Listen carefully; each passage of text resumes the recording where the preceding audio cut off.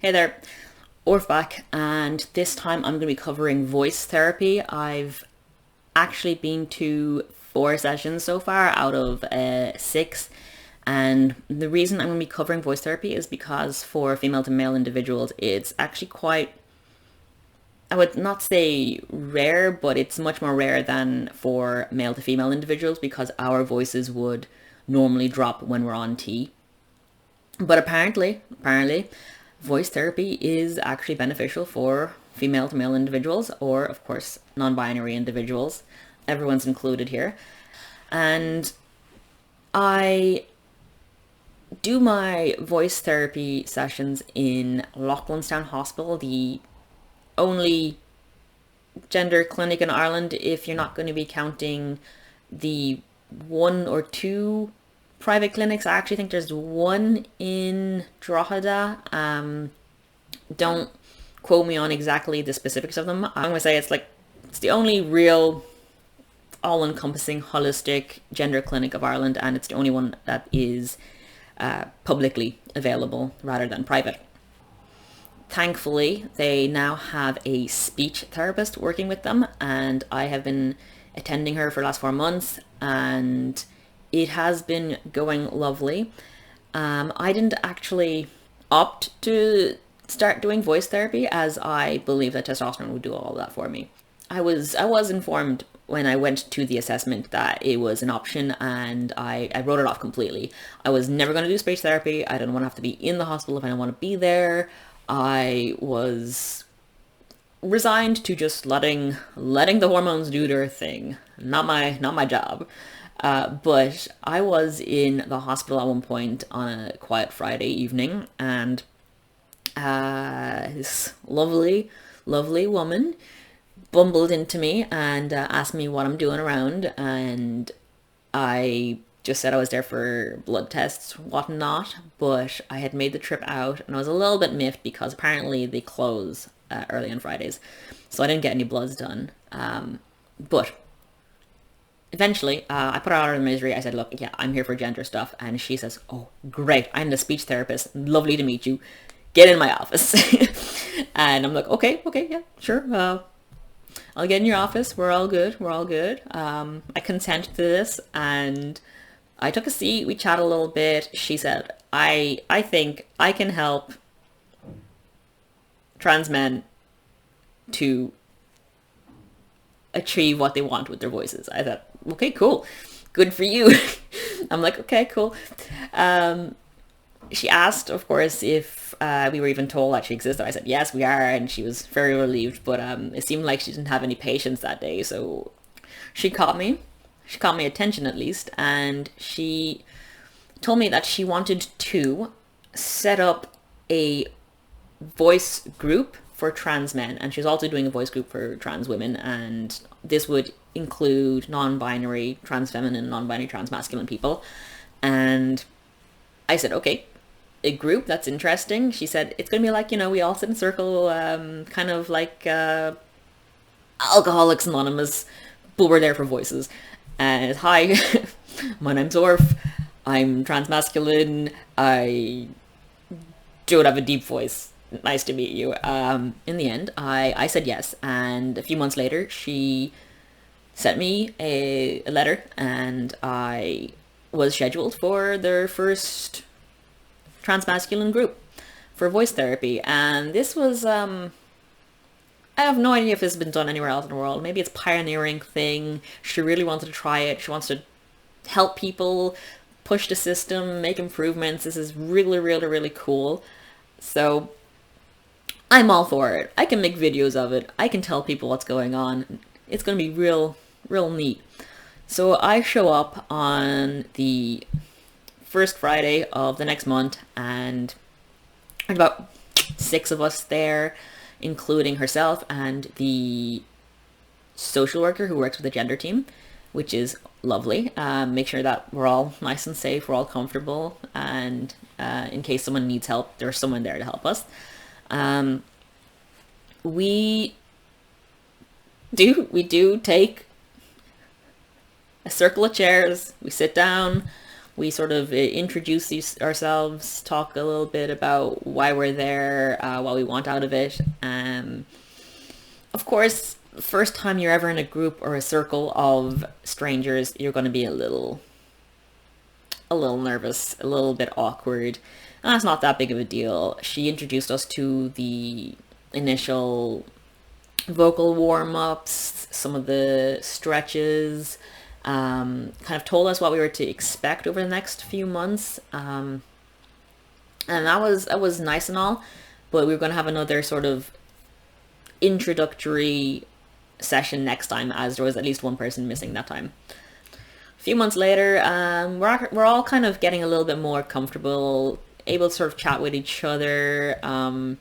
Doing exercise is a little less awkward, although they will always be a bit awkward. Some of them are they just seem childish or silly, but with the rationale, the reasoning behind them, it becomes a bit easier to do them without flushing red, at least. We would do vocal exercises, breathing exercises, stretches. You'd make sure you always touch your ribs, tap your chest, breathe deep. Make sure you're breathing from your stomach, not your chest. But on top of that, because it was group sessions, there's more you can do with more people in a room.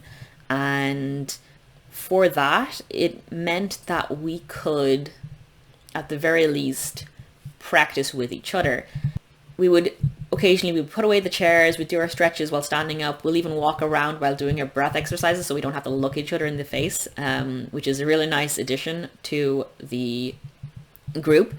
And it makes it a little bit easier to loosen up because you don't have to feel watched while you're doing your breathing and your exercises and your yawning and hissing. She introduced some scenarios. So while many of the people there, their voices have dropped, they've seen changes, they're not happy with their voices. Obviously they're there because they're not happy with their voices. So some people feel that they're keeping their voice in a higher register than they really need to. Some people feel like they're being perceived more femininely, and it's probably because of maybe mannerisms or greetings or something that they're not quite truly aware of, and that's why they're there to try find out what it is. So we do group scenarios where we do introductions, we do body language, so passing each other in the street, entering a room, how you hold yourself. A lot of it is about releasing tension from yourself, coming across a bit more confidently, unleashing your inner toxic masculinity. You know, you're getting your shoulders nice and wide, but making sure you are confident within yourself to be able to put yourself across. First impressions make for a lot of mistakes.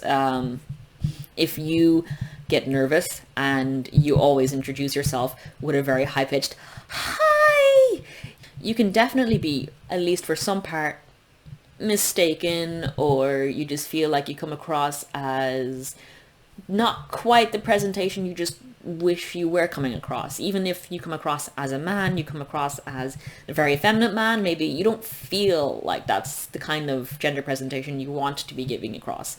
And that's totally valid and fair. If that's not what you feel inside, then you're allowed to try and work on that. So honestly, the interactions with each other, eventually, once you become quite familiar with each other, or at least comfortable around each other, it becomes easier to be able to practice these things. It gets people who, say, wouldn't be interacting with others all the time, or at least in a safe environment all the time, to be able to practice with people.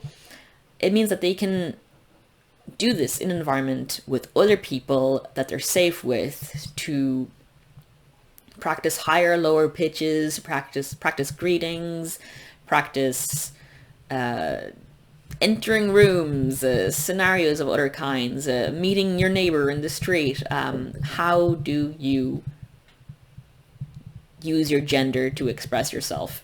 And how do you use it with your voice, with your body language, how do you breathe. It is quite, I would say, a holistic way of voice therapy.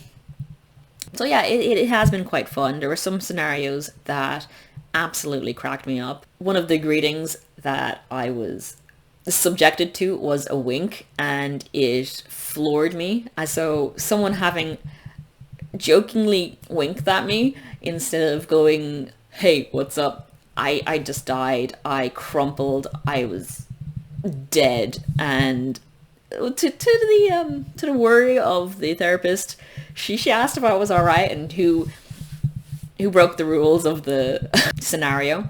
Um, it wasn't me, I swear. But yeah, it was good. It was good. I have 2 more sessions left, so once I've finished them all, I'll give a nice summary. What I've learned is that there is actually a rationale behind a lot of the exercises and what they can do for us, especially the lengthening and training of the muscles and whatnot in your throat can actually be quite beneficial. And going to the voice therapy has made me more conscious of how I speak, how I sound, and because I'm doing it as I am beginning testosterone and going along, just kind of easing into it as my voice drops, it does mean that I am more aware and I can build good habits before I make bad ones. So it's been very beneficial in that way, and I will continue to try my best to make her proud.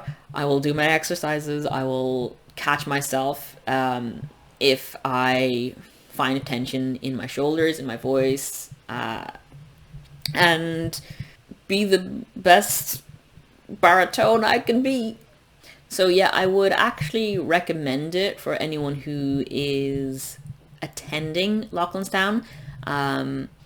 Give it a go. Give it a go. Get yourself referred to the speech therapy before your voice begins dropping, or at least as it begins dropping, because it will be able to benefit you, and maybe you'll be able to prevent the issues that will end up causing you a little bit of that anxiety over time. So in short, transmasculine folk, it can be beneficial. Don't write it off.